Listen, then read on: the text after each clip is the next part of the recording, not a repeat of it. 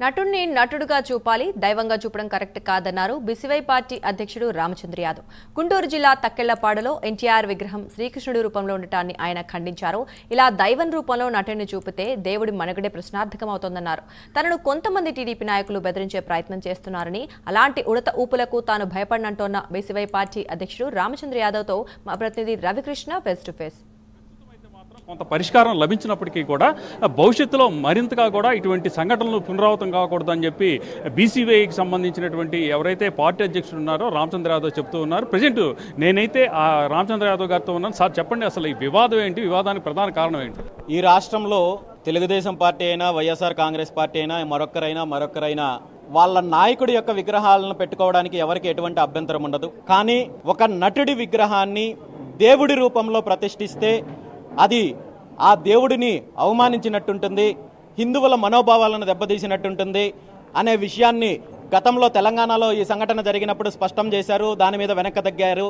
మళ్ళీ ఇప్పుడు అదే వివాదాస్పదంగా ఎన్టీ రామారావు గారి విగ్రహాన్ని శ్రీకృష్ణుడి రూపంలో ప్రతిష్ఠ చేయడానికి ప్రయత్నం చేస్తే దాన్ని ఆ నిర్వాహకులకు నచ్చజెప్పడానికి ప్రయత్నం చేసినప్పటికీ కూడా కొంతమంది అధికార పార్టీ నాయకులు రెచ్చగొట్టి అక్కడ విగ్రహాన్ని ఏర్పాటు చేసే కార్యక్రమం చేస్తే దీనికి నిన్న చలో తక్కెళ్లపాడు అనే కార్యక్రమానికి పిలుపునివ్వడం జరిగింది.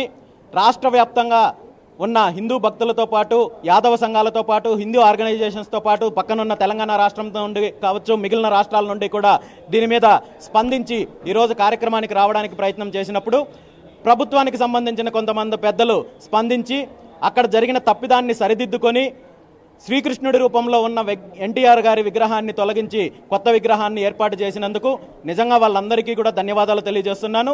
దాంతోపాటు ఈ ఉద్యమానికి సహకరించిన ప్రతి ఒక్కరికి కూడా ధన్యవాదాలు తెలియజేస్తూ రాబోయే రోజుల్లో ఇలాంటి వివాదాస్పద విగ్రహాలు ఏర్పాటు కాకుండా చూసుకోవాల్సిన బాధ్యత ప్రభుత్వం పైనుంది. దీనిపైన ఖచ్చితంగా బీసీవై పార్టీ తరఫున న్యాయపరమైన పోరాటం చేయడానికి కూడా సిద్ధంగా ఉన్నాం. సార్, ఇప్పుడు ఎన్టీఆర్ ఒక నటుడుగా ఆయన అనేక రకాలైనటువంటి పాత్రలు వేశాడు. ఆ పాత్రలో ఒక పాత్ర శ్రీకృష్ణుడు పాత్ర.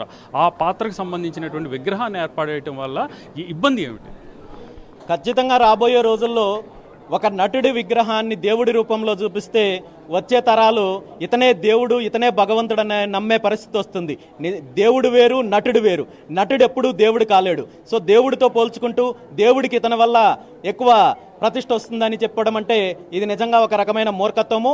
ఇది ఒక రకంగా విష సంస్కృతికి నాంది పలికినట్టు ఉంటుంది. ఎందుకంటే ఎంతోమంది నటులు ఎన్నో రకాలుగా వివిధ రకాలుగా దేవుళ్ళ వేషంలో ఈరోజు అనేక రకాలైన సినిమాలు, నాటకాలు చేయడం జరిగింది. నిజంగా ఈ విష సంస్కృతి మొదలైతే ప్రతి ఒక్క నటుడు కూడా తను నటించిన, తను వేషం వేసిన దేవుడి రూపంలో విగ్రహాలు ప్రతిష్ఠించే కార్యక్రమం జరిగితే రేపొద్దున్నే అసలు దేవుళ్ళకి అనేది విలువ లేకుండా పోతుంది.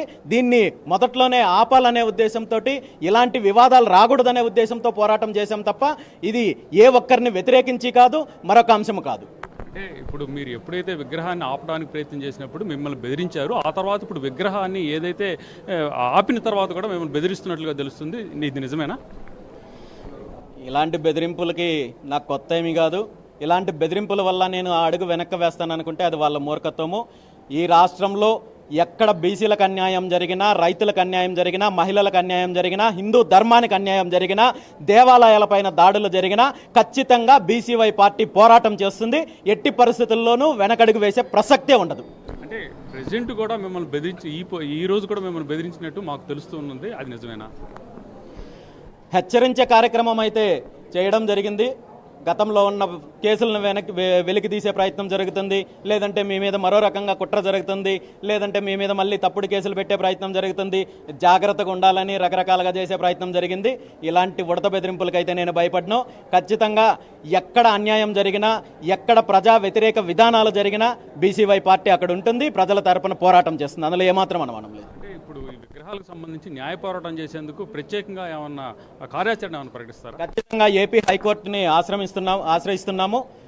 ఇప్పటికే ఏదైతే దేవుడి రూపంలో మనుషుల విగ్రహాలు ప్రతిష్ఠించారో ఆ విగ్రహాలన్నింటినీ తొలగించాలని, రాబోయే రోజుల్లో ఇలాంటి విగ్రహాలు ప్రతిష్ఠ కాకుండా చూడాల్సిన అవసరం ఉంది అనే విషయాన్ని మేము కోర్టు ద్వారా కూడా న్యాయ పోరాటం చేయడానికి సిద్ధంగా ఉన్నాం. ప్రభుత్వంతో ఈ అంశం మీద మాట్లాడేటువంటి పరిస్థితి ఏమైనా ఉంటుందా? ప్రభుత్వానికి ఈ అంశం గురించి తెలియనిది కాదు. నిజంగా ప్రభుత్వానికి, ముఖ్యమంత్రి చంద్రబాబు నాయుడు గారికి చిత్తశుద్ధి ఉంటే ప్రభుత్వమే దీని మీద ఒక నిర్ణయం తీసుకొని ప్రజల యొక్క మనోభావాలను, హిందువుల యొక్క మనోభావాలని గౌరవించాల్సిన బాధ్యత ఆయన పైన ఉంది. మరి ఆయన ఎలా రియాక్ట్ అవుతారో చూడాలి.